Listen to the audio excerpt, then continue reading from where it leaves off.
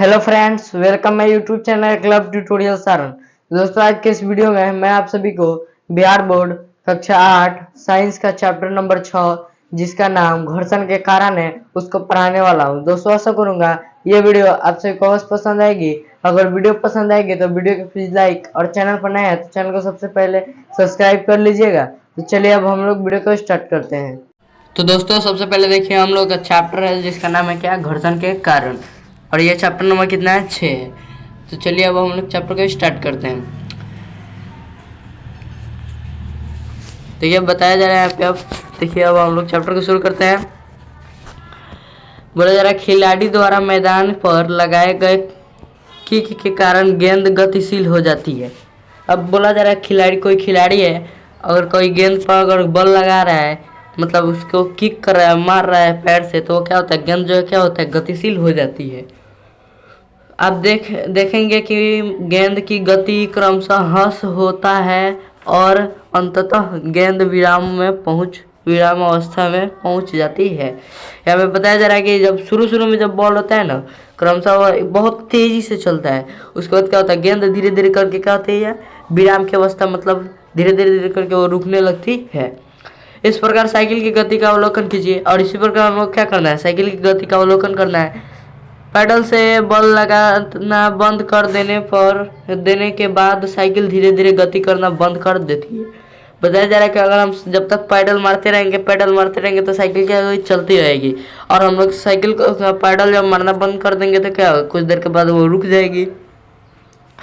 इन अवलोकनों में आपने क्या पाया, और इन अवलोकनों में आपने क्या पाया? निश्चित रूप से गेंद एवं साइकिल की गति का विरोध हो रहा है। और निश्चित रूप से हम लोग कह रहे हैं कि गेंद और जो साइकिल है उसकी गति में क्या हो रहा है, विरोध हो रहा है। इस पर लगते विरोध बल के ने गति में परिवर्तन लाया। और बताया जा रहा है इस पर जो दोनों के ऊपर जो बल लग रहा है, विरोधी बल लग रहा है, वो क्या कर रहा है, इन लोगों के गति में क्या हो रहा है, परिवर्तन ला रहा है। इस परिवर्तन की माप बल द्वारा की जाती है। और इस परिवर्तन की माप किसके द्वारा की जाती है, तो बल के द्वारा की जाती है। इसी बल को घर्षण बल कहते हैं, और इसी बल को हम लोग क्या कहते हैं, घर्षण बल भी कहते हैं। चलिए देखिए दूसरा यहाँ पे, आइए घर्षण बल को एक अन्य क्रियाकलाप से जानिए। अब हम लोग देखेंगे घर्षण बल को किसी और एक क्रियाकलाप से। मेज पर लकड़ी का एक छोटा आयताकार टुकड़ा रखिए। कोई एक आपके पास टेबल है, उसके ऊपर क्या करना है, आपको एक आयताकार लकड़ी का टुकड़ा रख देना है। टुकड़े को खिसकाने के लिए हाथ से बल लगाइए। और टुकड़े को खिसकाने के लिए हम लोग क्या करना है, हाथ से उसको बल लगाना है। पहले क्रमशः बल लगाइए। पहले क्या करना है, बल लगाना है। लगे बल के कारण टुकड़े में गति नहीं भी हो सकती है। और आप ज़्यादा कम, अगर बहुत कम बल लगाइएगा तो जो टुकड़ा है उसका स्थान है उसमें गति भी नहीं हो सकती है, यानी टुकड़ा के अंदर वो गति नहीं कर सकता है। अब बल क्रमशः बढ़ाते जाएं जब तक टुकड़े खिसकने ना लगे। उसके बाद बताया जा रहा है कि आप तब तक बल लगाते जाएं, ज़्यादा उससे ज़्यादा करते जाएं जब तक टुकड़ा खिसकने ना लगे। जब आरोपित बल टुकड़े से हटा दिया जाता है तब टुकड़ा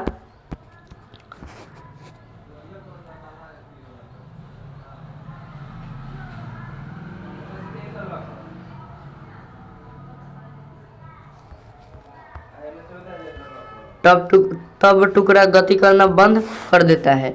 यहाँ पे बोला जा रहा है कि जब आरोपित बल जो है वो टुकड़ा पर से हटा दिया जाता है तो वो क्या होता है, टुकड़ा जो है गति करना बंद कर देता है। इसी क्रियाकलाप को टुकड़े का पर विपरीत दिशा से दोहराइए।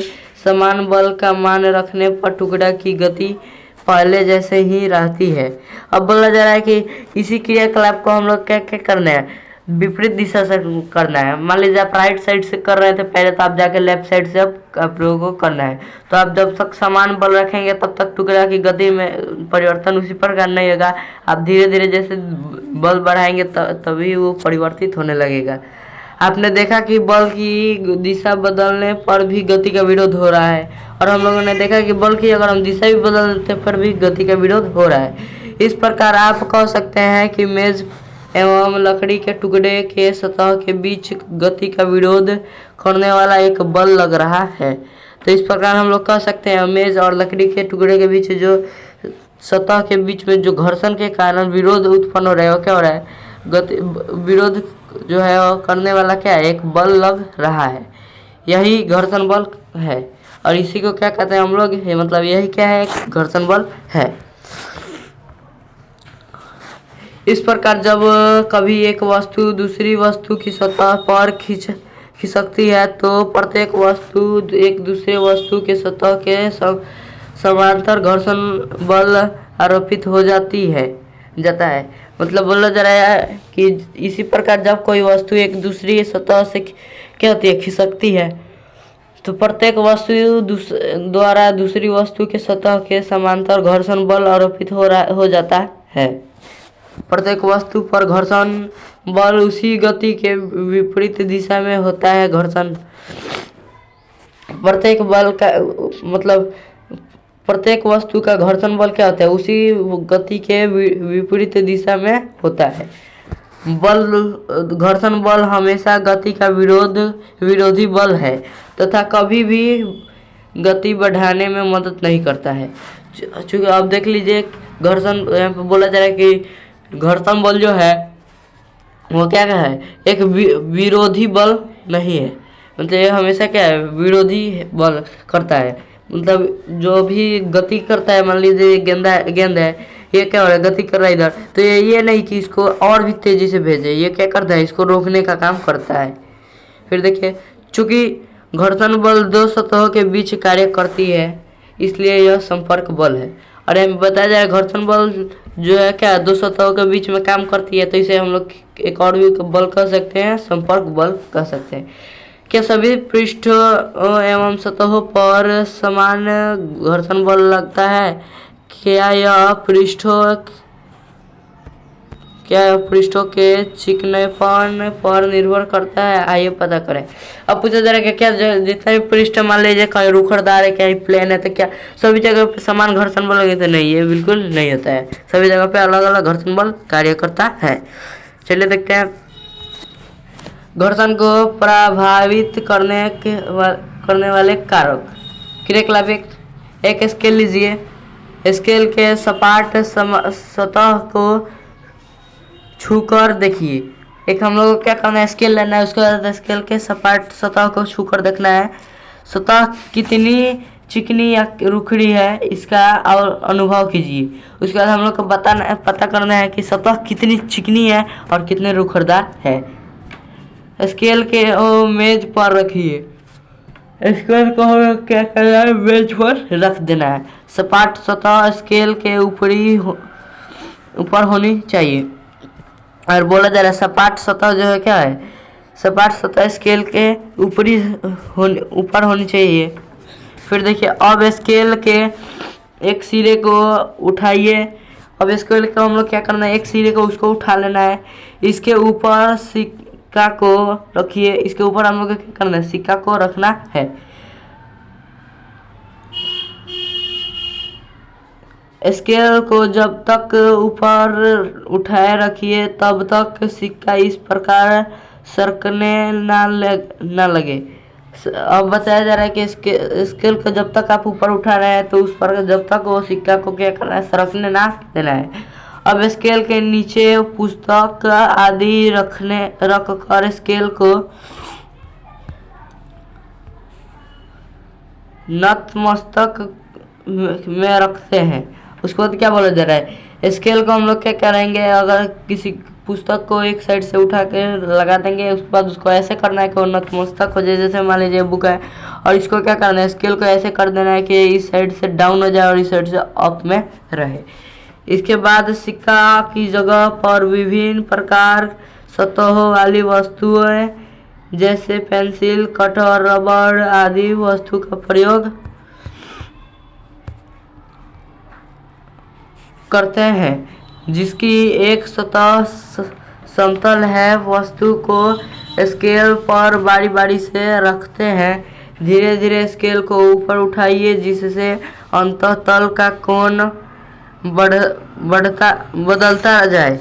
उसके बाद बताया जा रहा है कि आपको धीरे धीरे क्या करना है, उसके ऊपर अन्य वस्तुओं का मतलब विभिन्न वस्तुओं का जैसे में पेंसिल, कटर, रबड़ वस्तु का प्रयोग करना है और उसके बाद उस पर से क्या करना है, उसको फिसलाना है। उसके बाद देखना है कि क्या वह कितना चिकनी है और कितना आसानी से वो चला जा रहा है, मतलब वो कितना आसानी से वह आराम से घर्षण बल उसमें कार्य कर रहा है।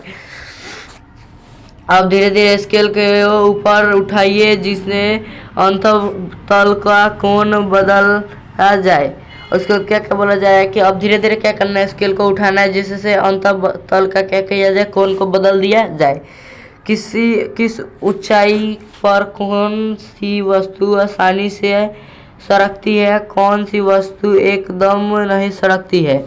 अब स्केल की सतह पर थोड़ा पाउडर छिड़कते हैं। अब बताया, यहाँ पे पूछा जा रहा है, अब आपको बताना है कि किस ऊंचाई से कोई वस्तु कितनी खसकती है और किस ऊंचाई से कोई वस्तु एकदम नहीं सरकती है, मतलब वो अपने स्थान में परिवर्तन ही नहीं करती है। अब उसके बाद क्या करना है, अब हम लोग को स्केल के सतह पर थोड़ा सा क्या करना है, पाउडर को छिड़क देना है। स्केल की फिर से सिक्के को फिर से स्केल के किनारे रखते हैं, दूसरे वस्तु को भी स्केल पर रखकर फिर सरकाते हैं। पाउडर के बिना तथा पाउडर लगाने के बाद स्केल की ऊंचाई के क्या आपने अंतर अनुभव किए। अब हम लोगों को बताना है कि स्केल को जब हम लोग पाउडर छिड़क देते हैं और उसको हम लोग वस्तु से क्या करना है, खिसकाते हैं, तो उसके बाद हम लोग को बताना है कि स्केल की जो ऊंचाई में आप लोग ने क्या कुछ अनुभव किया। फिर देखिए, चलिए आगे हम लोग देखते हैं क्रियाकलाप 2 में। देखिए, एक छोटा लकड़ी या इस स्टील का बॉक्स लेते हैं। उसके बाद हम लोग कहा जा रहा है एक छोटा लकड़ी या स्टील का एक बॉक्स लेते हैं, इससे कमानीदार तुला लगा देते हैं। अब कमानीदार तुला द्वारा बक्से को खींचिए, मतलब एक स्प्रिंग से हम लोग क्या करना है, उस बक्से को खींचना है जैसे में बक्सा गति करना आरंभ करे।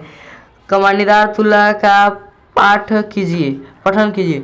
अब बताया जा रहा है कि बक्से जैसे गति में आरंभ हो जाए तो उस कमानीदार तुला का हम लोग क्या करना, अध्ययन करना है।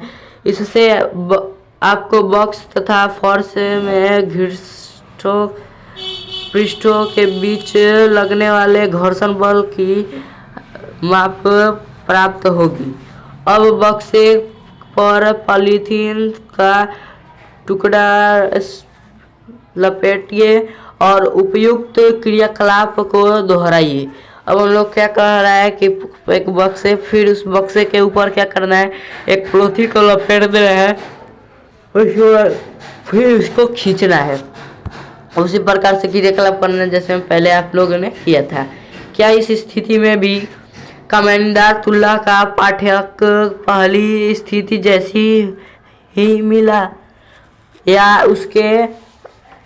उसमें अपने अंतर पाए। उसके बाद हम लोगों से पूछा जा रहा है क्या उसी स्थिति में कमानीदार तुला का पाठ्यन पहली स्थिति जितनी मिली या फिर उसमें आप लोगों ने परिवर्तन पाया। इस अंतर का क्या कारण हो सकता है। अगर आप लोगों ने परिवर्तन पाया यानी अंतर पाया तो उस अंतर का क्या कारण हो सकता है। नहीं खिसकने के में क्या कारण हो सकते हैं और नहीं खिसकने के भी क्या कारण हो सकते हैं, इसके बारे में भी हम लोग पढ़ेंगे। फिर देखिए 6.1 दिया गया है कमानीदार तुला। अब हम लोग पढ़ेंगे कमानीदार तुला के बारे में। कमानीदार तुला एक युक्त होती है जिसके द्वारा किसी वस्तु पर लगाने वाले बल को संपर्क मापा जाता है। इससे एक स्प्रिक कमानी होती है जिसमें बल लगने पर प्रसार होता है। अब देखिए यहाँ पे बोला जा रहा है कि ये जो कमानीदार तुला है किसी वस्तु की क्या होता है, बल को मापने के लिए उपयोग की जाती है। इससे एक सपील कमानी जैसी स्थायी बल को क्या करता है, प्रसार करता है। कमानी की माप इसके आसांकित पैमाने पर चलने वाले संकेतक द्वारा की जाती है। इस कमानी का क्या होता है, माप हम लोग क्या करता है, इसके आसांकित माप पैमाने पर चलने वाले संकेत के द्वारा की जाती है, मतलब उसके संकेत के द्वारा हम लोग करते हैं। पैमाने के पाठक द्वारा बल का परिमाण प्राप्त किया जाता है। क्रियाकलाप 3 दिया है, देखिए वर्ग कक्षा का अनुभव। मैंने वर्ग कक्षा में एक गेंद कक्षा की सतह पर मेज एवं डेस्क के बीच लुढ़का दी। अब हम लोग से बोला जा रहा है कि हम लोग को क्या करना है, अपने वर्ग कक्षा में अनुभव करना है। तो आप लोगों के वर्ग में एक टेबल होगा, तो उसके ऊपर आप लोग क्या कीजिए, एक बॉल को लुढ़का के देखिए, और उसके बाद या फिर डेस्क के ऊपर करके देखिए। मैंने प्रत्येक कतार के बच्चे को बुलाया तथा उन्हें गेंद की गति मंद करने के लिए कहा। और उन्होंने क्या कहा, उन्होंने जो भी लड़के हैं या ये जो भी वैज्ञानिक है, उन्होंने क्या किया, अपने प्रत्येक क्लास के, मतलब वो प्रत्येक क्लास से एक एक बच्चे को बुला कर लाए थे, और उन्होंने कहा कि गेंद की गति को आप लोग क्या करना है, मंद कर देना है। उन छात्रों ने गेंद के रास्ते में रुमाल बिछाया। किसी छात्र ने गेंद के पथ के में कार्डबोर्ड का टुकड़ा रख दिया। किसी छात्र ने गेंद की गति के विरुद्ध मुंह से फूंक कर उसकी गति कम करने की कोशिश की। किसी ने उसे हल्का छूकर गति कम करने की कोशिश की। किसी एक छात्र ने उसके पथ में अंतः समतलक रख दिया। उसने अवलोकन किया कि गेंद जैसे ऊपर चढ़ती उसकी गति कम हो गई। मैंने बच्चों से कहा, आप गेंद की गति धीमी होने के कारण के बारे में सोचिए। अंततः गेंद अपने आप इस कारण से रुक गई कि गेंद तथा फर्श बीच घर्षण बल कार्य कर रहा है। अब हम लोगों से क्या हुआ क्या कि जितने भी गतियाँ इन बच्चों ने की, रोकने की प्रयास की, इन्होंने क्या किया, सबने उसको रोकने की कोशिश की, लेकिन जब तक बल ऊंचाई पर पहुंचा तभी रुका। और रुका क्यों, तो भी रुका फर्श के बीच घर्षण बल के कारण। उपयुक्त उदाहरण से आपने अनुभव किया कि घर्षण बल की उपस्थिति संपर्क में आने वाले दोनों पृष्ठों की अनियमितताओं के कारण होता है। ऐसा पृष्ठ जो देखने में बहुत चिकनी लगता है, उसमें भी बहुत सारी अनियमितताएं होती है। अब बोला जा रहा है कि ऐसा पृष्ठ भी होता है जो बहुत से चिकने होते हैं, और उनमें भी बहुत सारी अनियमितताएं होती है। दो पृष्ठ की अनियमितताएं एक दूसरे के भीतर घस जाती है। जब एक पृष्ठ एक दूसरे पृष्ठ पर गति करना चाहता है, तो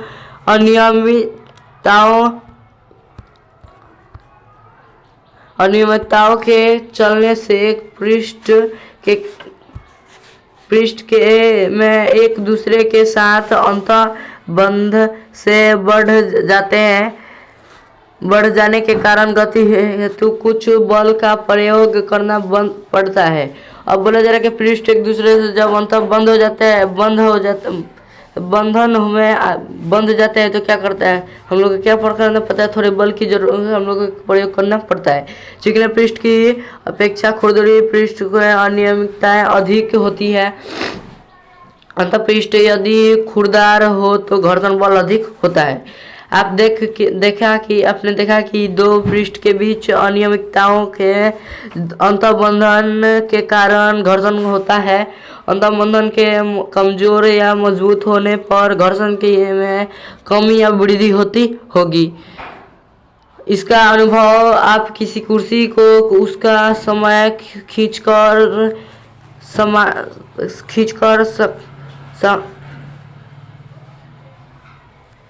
खींचकर देख सकते हैं। जब उस पर कोई व्यक्ति नहीं बैठा हो, तब तक कोई व्यक्ति उस पर बैठा हो।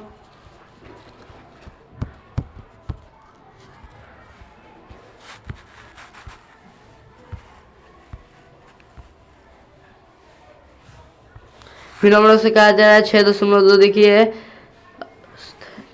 स्थैतिक घर्षण एवं संपीड़ित घर्षण। जब किसी स्थिति वस्तु पर गति के लिए बल का प्रयोग किया जाता है तो शुरू में ही वस्तु में गति नहीं हो पाती है। कम परिवर्तन के बल प्रयोग करने पर घर्षण बल द्वारा क्या होता है, संतुलित हो जाता है। इस स्थिति के बाद जब वस्तु गति करने की अवस्था में पहुंच जाती है तब समरूप वेग से गति करती है। इस स्थिति में स्थैतिक घर्षण बल की माप कर सकते हैं, क्योंकि इस स्थिति में हमेशा हमारे द्वारा लगाए बल घर्षण बल के बराबर है। जब वस्तु की सतह पर त्वरित गति से सरकना आरंभ कर देता है, उस सामान्य दोनों के पृष्ठ के बीच कार्य करने वाले घर्षण को संपर्क बल कहते हैं, यानी घर्षण बल कहते हैं। सर्पी घर्षण बल का मान स्थैतिक घर्षण बल की अपेक्षा कम होता है। आगे देखिए 6.3 दिया गया है, घर्षण हानिकारक परंतु अनिवार्य। फिर देखिए इसको हम लोग पढ़ते हैं, सतह के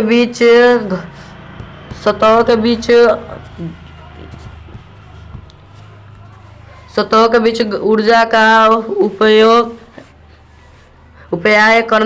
करते हैं। घर्षण के कारण वस्तु घिस जाती है। हम जो कपड़ा पहनते हैं घर्षण के कारण घिसकर खराब हो जाता है। जैसे मान लो सूती के कपड़ा अगर कोई पहनते हैं तो वो क्या होता है, बार बार घर्षण के कारण कहीं कहीं से वो फट जाता है।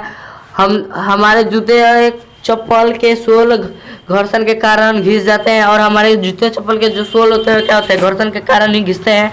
रास्ता जिस पर अधिक पैदल आवागमन होती है घिसी हुई रहती है। घर्षण के कारण चाकू के धार घिस जाते हैं, जिससे काटने में कठिनाई होती है।